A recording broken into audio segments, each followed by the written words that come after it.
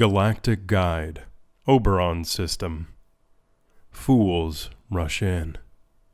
From its very first days, Oberon has always been a system that beckoned those seeking wealth and fortune, only to time and again leave them destitute.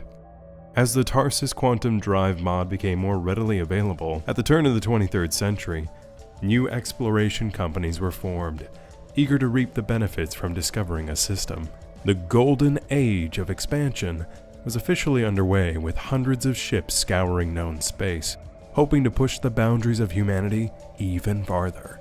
While the media liked to create the romantic image of the explorer's life, for every success story like nav jumper Antoine Lebec, there were dozens more who lost everything, including their lives, hunting for new jump points. The ship that discovered the first jump point to Oberon was one such tragedy despite their success in locating a new system. The crew of the Lindy had been exploring the outreaches of Null since 2348, and their reserve of funds had nearly run dry, when in 2356 their scanners picked up a faint anomaly that would reveal itself to be a jump point. They successfully traversed through inner space and found on the other side a new system anchored by a neutron star. Small and dense, it turned out to have twice the mass of most G-type main sequence stars, despite having a solar radius that is just a fraction of the size. Formerly a binary star system, approximately 1.4 billion years ago, the main star went supernova, gravitationally collapsing and stripping the outer layers of its companion. What was left orbiting in the wake of that chaotic event was the core of the former partner white dwarf star, now known as Oberon 1, and 6 other planets that had formed out of the debris of whatever planets had originally been in the system before. The Lindy crew, excited that their payday had finally arrived, completed their initial scans and charted their return trip to Null. Unfortunately, while traversing a new jump tunnel was, and still is, dangerous work, the return trip could be equally lethal due to the limited capacity of navigation computer systems of the time. Though the Lindy eventually emerged back in Null, the ship's hull had been horribly damaged en route, and sadly, the crew had all expired. A salvage vessel found the wreck days later, and since no governing body controlled Null space, the vessel exerted salvaging rights to claim the valuable nav data it found in the shattered ship as its own. In the decades before the UNE was formed, regulations regarding the discovery of new systems were very much still in their nascent days. When the data was quickly sold at auction, the owner of the salvage operations, Stasia Roltz, made an unprecedented amount of money for the coordinates of the jump thanks to a bidding war fueled by the recent hype surrounding the effort to terraform Croshaw. It appeared that humans living outside of Sol were to be the future of the species, and businesses were willing to pay heavily to get in on the ground floor. The winning bid for the coordinates was placed by Tatiana Terraforming, and plans immediately began for settlement of the system.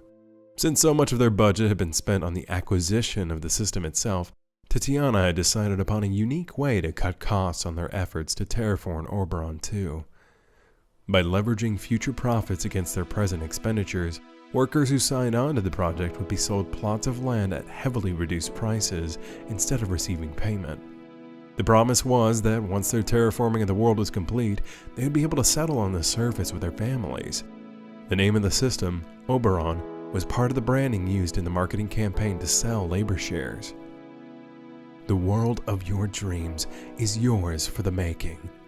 People signed up by the thousands, selling all their possessions and cashing in their savings, hungry for a chance to leave Sol behind and find a fresh start. It was an interesting business strategy that might have worked if it were not for the fact that Oberon 2 was far from an ideal terraforming candidate. With so little light and warmth being provided by the neutron star, one of the first steps in the process was going to have to be raising the planet's core temperature a significant amount. This was a feat that had never been attempted, and one that proved beyond Tatiana's ability.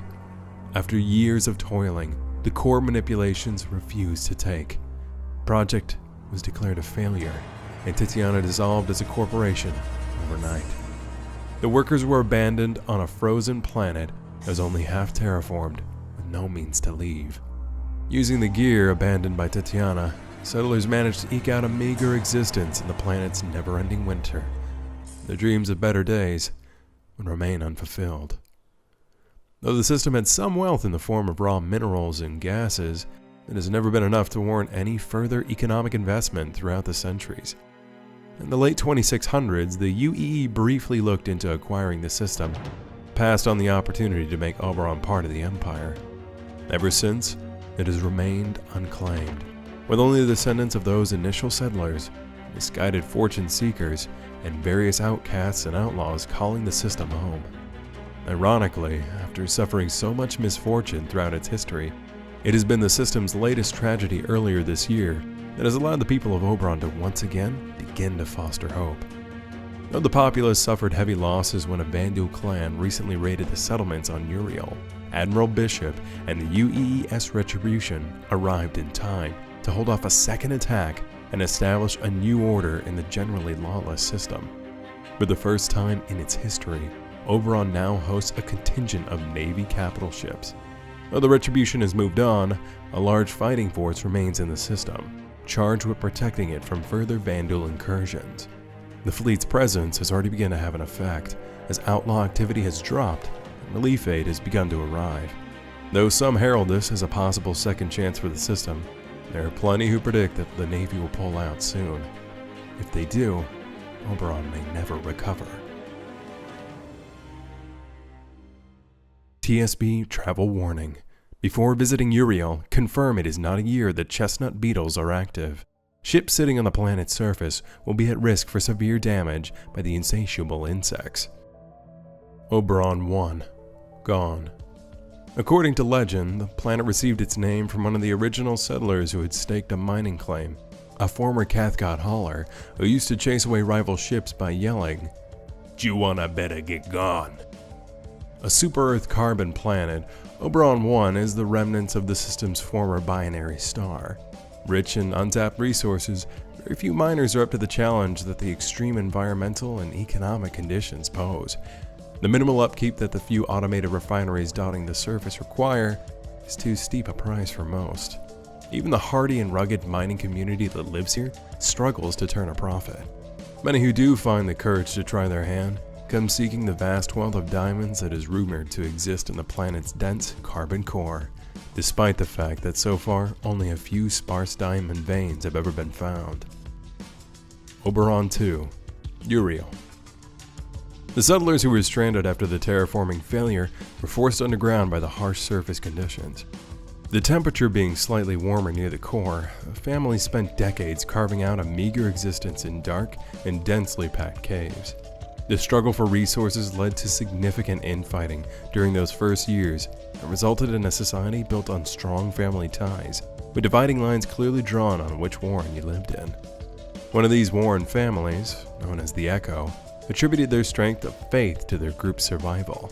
The planet's name is said to come from their often repeated saying that, "In the darkness of the tunnels, God is my light." As difficult as life on Uriel has been, it got significantly worse in the 27th century, when one of the Warrens introduced the chestnut beetle to the world as a farmable food source.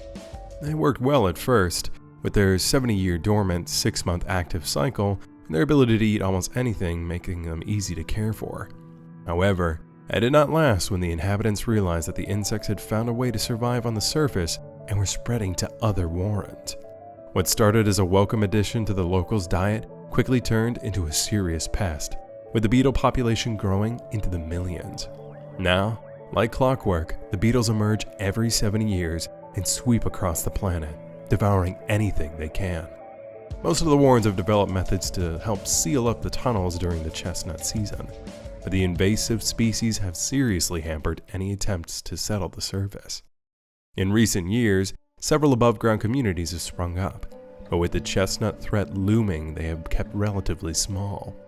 Some consider this fortunate, as the casualties from the recent Vandal attack might have been much worse if it wasn't for the chestnut beetle keeping the population below ground. Oberon 3 and 4. These small rocky protoplanets drift well outside of the scant green band that the limited light of the neutron star provides the system. Oberon 5. What little resources there ever were on this atmosphereless mesoplanet have largely been stripped away, leaving it a barren rock that few deem worthy of a visit. Oberon 6. Even with its rocky core, this gas dwarf does not have much in the way of harvestable commodities. Oberon 7. Considered to be one of the few calming sights in the whole of Oberon, this Class 4 gas giant composed of carbon monoxide has a high presence of alkali metal, giving it a pleasing, subdued color.